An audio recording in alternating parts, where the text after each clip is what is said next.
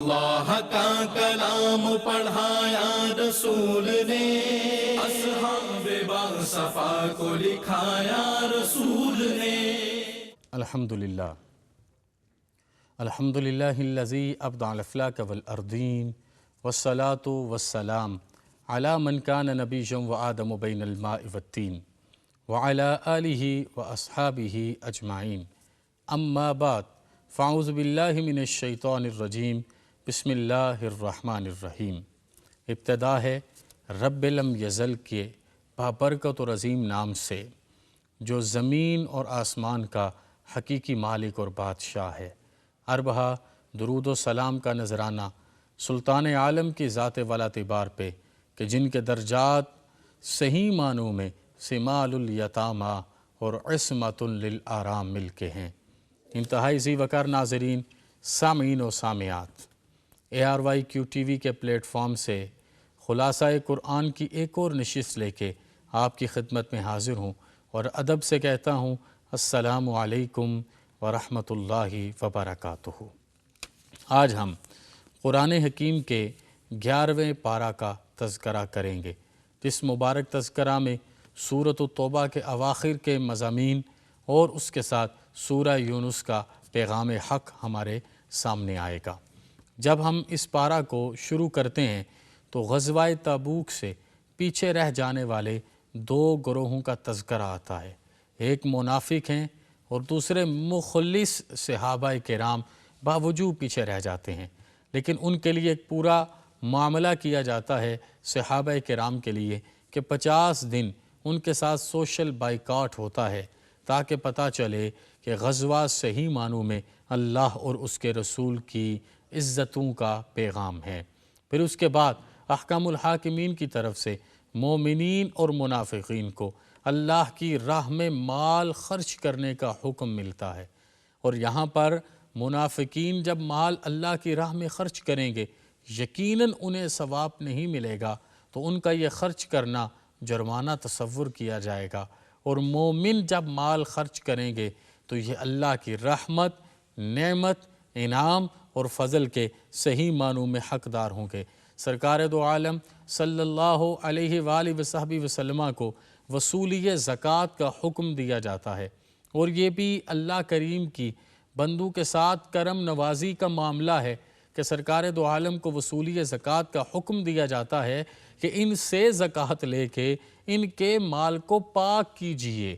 زکوٰۃ آپ لیجئے اور ان کے مال کو صحیح معنوں میں پاک کیجئے۔ میرے اور آپ کے آقا صلی اللہ علیہ وآلہ وصحبہ وسلم جو غار حرا سے لے کے ہر عزت اور سطوت کی بلندی تک اپنی امت کے لیے آنسو بہاتے ہیں، وہ زکوٰۃ کے اس فرض کو صحیح معنوں میں امت کے حق میں ادا کرتے ہیں۔ آج جو امت اپنے ایک واضح ایگریمنٹ کو بھولی پڑی ہے، اس کے حوالے سے بھی میں عرض کرنا چاہوں گا کہ احکام الحاکمین نے فرمایا ان اللہ اشتری من المؤمنین انفسہم واموالہم بان لہم الجنہ۔ یہ آگے تک آپ پڑھتے چلے جائیں گے تو آپ کو پتہ چلے گا کہ میرے مالک نے کیا ایگریمنٹ ارشاد فرمایا ہے، اور یہاں پر ایگریمنٹ ہو رہا ہے مومنین کے درمیان اور اللہ کے درمیان، یعنی سچے کے درمیان، اور جس نے مومن کی صورت میں سچائی کو بنایا ہے صحیح معنوں میں ان مومنین کے درمیان یہ ایگریمنٹ ہو رہا ہے۔ اور یہ کیا ہے کہ یہ دنیا پر آتے ہیں انفسہم و اموالہم، انفسہم اپنے نفوس کو، و اموالہم اپنے مال کو، اور اپنی اولاد کو صحیح معنوں میں جنت الفردوس کے عوض اللہ کے حضور وقف کر دیتے ہیں۔ اولاد ہوتی تو ان کے گھر میں ہے، مال ہوتا تو ان کے دست کی قدرت میں ہے، ان کے ہاتھ میں ہے، اور سب سے بڑی بات جو آپ نے سمجھنی ہے کہ مال اور اولاد سے بڑھ کے ان کی اپنی جان جو ہوتی ہے ان کے جسم میں میرا مالک اس طریقے کے ساتھ اس ایگریمنٹ پر، اس معاہدے پر ان سے عمل کرواتا ہے کہ یہ ہر چیز اللہ رسول کی رضا پر قربان کر دیتے ہیں۔ میں اس کی مثال اگر آپ کی خدمت میں آج کے دن میں عرض کروں تو حضرت سیدہ فاطمہ الزہرا سلام اللہ علیہا کی مخدومہ کونین کی ذات والا اعتبار ہے کہ آپ کو اگر احکم الحاکمین نے مال ظاہر سے نوازا تو آپ نے اس کو اللہ کی رضا پر قربان کیا۔ اگر آپ کو اولاد سے نوازا گیا اور اولاد بھی ایسی تھی کہ ان میں ہر کوئی عالم تھا، شجاع تھا، قاسم تھا، جواد تھا، طیب تھا، طاہر تھا، اس ساری اولاد کو اللہ اور اس کے رسول کی رضا پر صحیح معنوں میں قربان کیا ہے۔ تو اس ایک معاہدے سے یہ پتہ چلتا ہے کہ بندہ مومن کا کوئی معاملہ اس کا اپنا نہیں ہے۔ یہ وجہ ہے کہ اواخر میں یہ پیغام دیا جاتا ہے کہ لوگوں سنو، آپ کے پیغمبر صلی اللہ علیہ وسلم آپ کی برہتری کے لیے، بڑھوتری کے لیے، پاکیزگی کے لیے، کامیابی کے لیے حریص علیکم کے جملوں سے معصوم ہیں، اور آپ یہ چاہتے ہیں کہ صحیح معنوں میں میری امت کی بخشش اور بخشش کا انتظام کیا جائے۔ یہاں سے ہم آگے بڑھیں گے تو سورہ یونس کے مضامین شروع ہوتے ہیں۔ سورہ یونس کا پہلا مضمون جو احکم الحاکمین نے ارشاد فرمایا کہ یہ مشرکین مکہ نے جو کرنا تھا کر لیا، ان کا مطالعہ بھی ہو گیا، ان کا مناظرہ بھی ہو گیا، ان کا معاملہ بھی ہو گیا، اب وقت آنے والا ہے جب ان کو برے انجام سے گزرنا ہے۔ پھر آگے فرمایا کہ آقا کونین صلی اللہ علیہ وسلم کی طرف اگر ہم نے بعثت عطا فرمائی ہے، نبوت آپ کو مزین فرما کے بھیجی ہے، اس میں تعجب والی کیا بات ہے؟ آپ سے پہلے بھی انبیاء کرام پر یہ فضل، یہ کرم اللہ کی طرف سے نازل ہوتا رہا۔ آپ تو امام الانبیاء ہیں، آپ تو سید الانبیاء ہیں، اور آپ ان تمام درجوں کے ساتھ متصف ہیں۔ پھر آگے مشرکین نے اپنے ایمان لانے کے لیے ایک اور بہانہ گڑھا، کہا کہ یہ جو قرآن حکیم آپ پر نازل ہوا ہے اسے بدلیے اور بدل کے لے آئیے، ہم آپ پر ایمان لے کے آتے ہیں۔ میرے مالک نے پچھلے ان کے تمام حیلوں اور بہانوں کی طرح اس چیز کا پردہ چاک کر کے ارشاد فرمایا کہ میرے پیارے حبیب صلی اللہ علیہ وسلم یہ ایمان نہیں لے کے آئیں گے، آپ ان کو کہیے کچھ آیات قرآنیہ لے کے آئیں اور یہ جو مرضی کر لیں، زمین اور آسمان کے سارے معاملات کو منا بھی لیں، ملا بھی لیں، یہ اس طریقے سے ایک آیت قرآنیہ بھی نہیں لا سکتے۔ آگے انسان کی فطرت کو بیان کیا گیا کہ انسان کی فطرت یہ ہے کہ جب وہ سکون میں رہتا ہے اس وقت وہ اپنے رب کو یاد نہیں کرتا،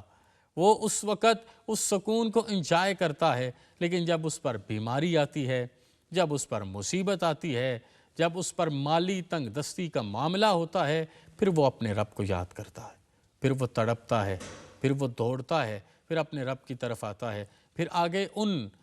بندگان خدا کی بات کی گئی جن کے بارے میں فرمایا الا ان اولیاء اللہ لا خوف علیہم ولا هم یحزنون، کہ جو اللہ والے ہیں، اللہ کے دوست ہیں، اللہ کے رستے پر چلنے والے اولیاء ہیں، وہ ایسے خوش قسمت ہیں کہ جن کو دنیا میں کسی قسم کا کوئی خوف نہیں ہے اور آخرت میں غم نہیں ہوگا، کیونکہ الذین آمنوا وکانوا یتقون لہم البشریٰ فی الحیات الدنیا وفی الآخرہ، یہ وہ خوش بخت لوگ ہیں جن کو اللہ نے ایمان بھی عطا فرمایا ہے، تقوی اور پرہیزگاری کی عزت بھی عطا فرمائی ہے، انہی کے لیے بشریٰ ہے دنیا میں بھی، کامیابی ہے دنیا میں بھی، رحمت کا اعلان ہے دنیا میں بھی، فوز اور فلاح ہے دنیا میں بھی، اور انہی کے لیے بشریٰ ہے آخرت میں بھی۔ اس سارے پیغام کو آگے بڑھتے بڑھتے یہاں پر ایک بہت بڑی حقانیت کا تذکرہ فرمایا کہ آیات قرآنیہ 11واں پارے میں اللہ پاک نے آج تک فرعون کی لاش کو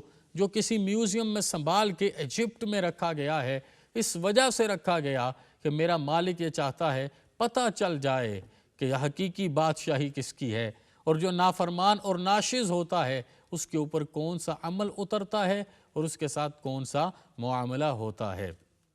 آگے بڑھتے ہیں تو حضرت یونس علیہ السلام کا تذکرہ ملتا ہے کہ کیسے آپ نے اپنی بستی کو چھوڑا،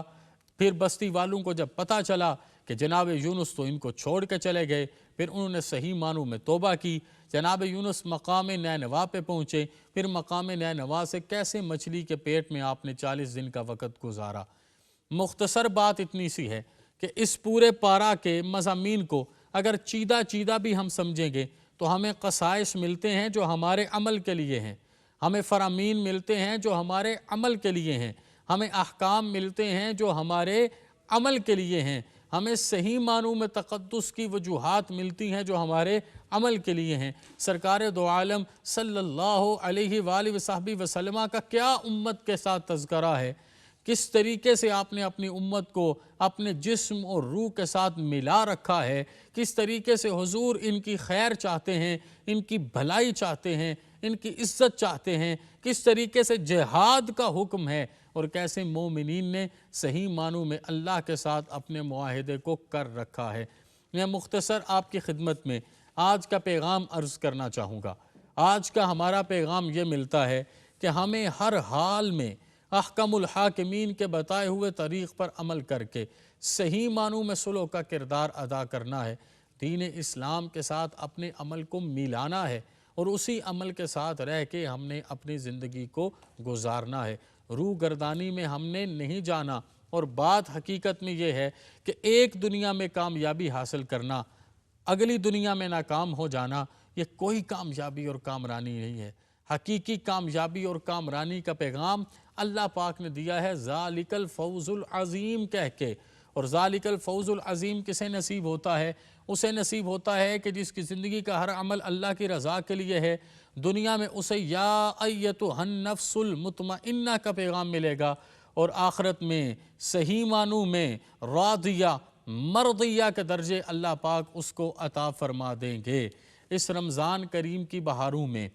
برکتوں میں ہمیں اس پارہ نور سے جو پیغام لینا ہے، وہ پیغام یہ ہے کہ اللہ پاک نے جس طریقے سے ہماری تخلیق فرمائی، وہ عبادت کی تخلیق ہے، وہ عزم کی تخلیق ہے، وہ ارادوں کو قوت دینے کی تخلیق ہے، وہ دوسروں کے کام آنے کی تخلیق ہے۔ ہم نے اس تخلیق کے اوپر اپنے عمل کو گزارنا ہے۔ اب دیکھیے جناب یونس علیہ السلام کا مچھلی کے پیٹ میں رہنا، یہ معجزہ بیان کیا کرتا ہے کہ ہر چیز احکم الحاکمین کی قدرت میں ہے، اور ساتھ فرعون کا اسی طریقے سے حنوط رہنا، یہ اعلان یہ کرتا ہے کہ اس کے پاس طاقت تھی، اس کے پاس بادشاہی تھی، اس کے پاس فوج تھی، اس کے پاس سپاہ تھی، اس کے پاس لشکر تھے، لیکن اس کے اندر ایمان کا نور نہیں تھا۔ وہ نور نہ ہونے کی وجہ سے اس نے غرور کر کے دکھایا، العیاذ باللہ، ذاتی یا صفاتی طور پہ الہ بننے کی ناکام، نامراد اور بے حس کوشش کی ہے۔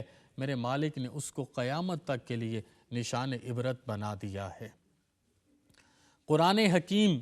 ہمارے لیے تمام مضامین اپنے سینہ نور میں سمیٹ کے لاتا ہے۔ ہمیں قرآن حکیم پر ہی عمل کرنا ہے اور اسی کے مطابق اپنی زندگی کو گزارنا ہے۔ یہاں پر میں ایک چیز آپ کی خدمت میں عرض کروں، میرے اور آپ کے پیارے پیغمبر صلی اللہ علیہ وآلہ وصحبہ وسلم نے جیسے جیسے اس کے بدل میں 10 نیکیاں، 10 درجوں کی بلندی عطا فرمائی ہے، ویسے ویسے مکمل ضابطہ حیات کے درجے بھی قرآن حکیم کو عطا فرمائے گئے ہیں، اور انہی درجوں کے مطابق اگر ہم اپنی زندگی گزاریں گے اللہ پاک ہمیں رحمت عطا فرمائے گا۔ حضرت موسیٰ اور فرعون کا جامع تذکرہ بھی ہمیں ملتا ہے کہ وہی تذکار جو پیچھے گزرے، کیسے آپ نے کامل ایمان کے ساتھ چیزوں کو گزارا۔ آگے قرآن اللہ کی نعمت ہے اور دلوں کے لیے شفا اور مومنوں کے لیے ہدایت ہے۔ یہ بھی پیغام ہمیں ملتا ہے کہ یہ قرآن حکیم جو اللہ پاک نے ہمیں عطا فرمایا ہے، یہ قل بفضل اللہ وبرحمتہ فبذالک فلیفرحوا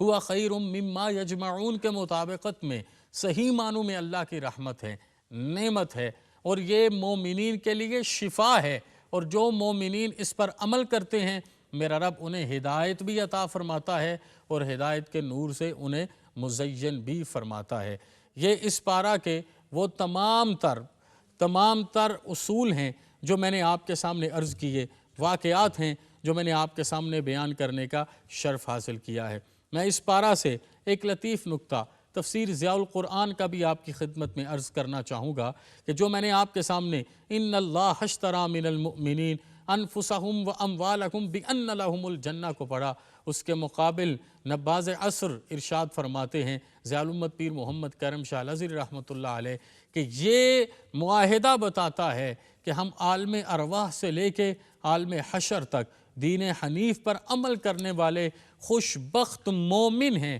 اور ہمارا تعلق اٹوٹ تھا اپنے رب کے ساتھ، اپنے حبیب کے ساتھ، جو ہمیشہ قائم رہے گا، دائم رہے گا۔ وما علینا الا البلاغ المبین۔ اللہ کا کلام پڑھایا رسول نے،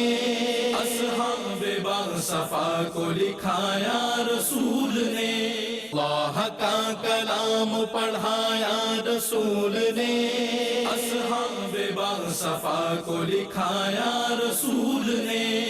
قرآن کے حرف حرف کی تجسیم ہو گئی، تمثیل ہر عمل کو بنایا رسول نے، اللہ کا کلام پڑھایا رسول نے، اصحاب باصفا کو لکھایا رسول نے،